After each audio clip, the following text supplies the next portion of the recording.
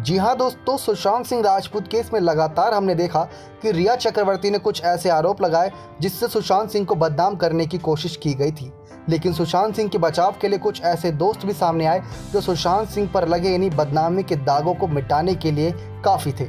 उनके बयान हर बात साबित करते थे कि सुशांत सिंह राजपूत बिल्कुल ऐसे नहीं थे जैसा उनको दिखाया जा रहा है, जैसा उनके बारे में बातें कही जा रही हैं। तो अब हमें हाल ही में देखने को मिला है कि सुशांत सिंह राजपूत के एक और खास दोस्त सामने आए जिन्होंने बड़ा खुलासा किया है।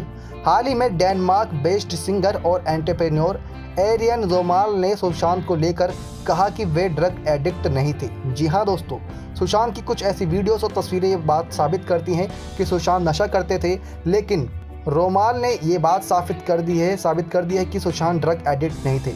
वह अपनी डाइट अच्छे से फॉलो करते थे और उन्होंने ये भी कहा है कि सुशांत पार्टी में भी अपना लंच बॉक्स साथ लेकर आते थे। उन्होंने ड्रिंक लेने से भी इनकार किया था। जी हाँ दोस्तों, अभिनेता सुशांत सिंह राजपूत की निधन के बाद उनके जानने वाले सुशांत के बारे में नई जानकारियाँ शेयर कर रहे हैं। तो वहीं डेनमार्क बेस्ड सिंगर और एंटरप्रेन्योर एरियन रोमाल ने सुशांत के बारे में कहा कि वे भारत में गरीबी को हटाने के लिए और गरीबों की मदद के लिए एक ऐप तैयार कर रहे हैं। समाचार एजेंसी IANS को दिए इंटरव्यू में एरियन जोमाल ने बताया कि पिछले साल मुंबई में हुए एक पार्टी में वे सुशांत सिंह राजपूत से मिले थे। इस दौरान टेक्नोलॉजी को लेकर हमारी बातचीत हुई सुशांत से। सुशांत सिंह राजपूत ने बताया कि वो एक मोबाइल ऐप डेवलप कर रहे हैं जो 2020 तक तैयार हो जाएगा। अपने इंटरव्यू में एरियन जोमाल का ये भी कहना था कि कुछ लोगों में आपको इम्प्रेस करने की क्षमता होती है। सुशांत सिंह राजपूत उनमें से एक थे। वे एक शानदार अभिनेता थे, इस बात में कोई दो राय नहीं, जिनमें AI समेत टेक्नोलॉजी को लेकर काफ़ी उत्सुकता यानी एक्साइटमेंट नज़र आती थी।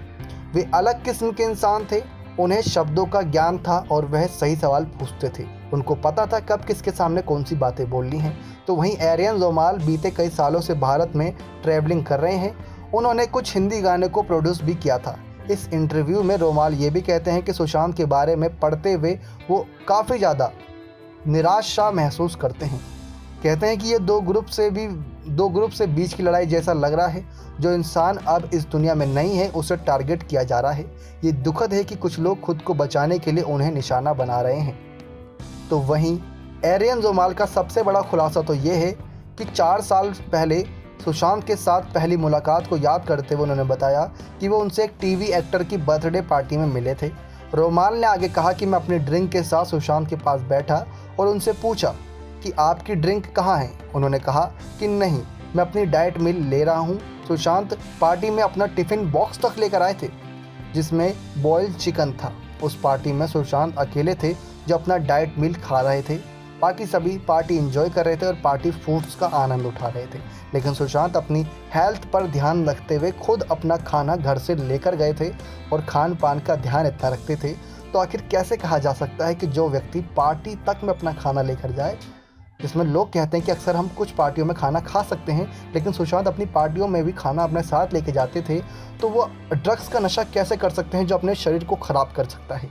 तो रोमाल बताते हैं कि उन्होंने सुशांत को एक ड्रिंक लेने के लिए कहा, लेकिन ये कहते हुए मना कर दिया कि वह अपने रोल के लिए तैयारी कर रहे हैं और उससे उनकी तैयारी प्रभावित हो सकती है।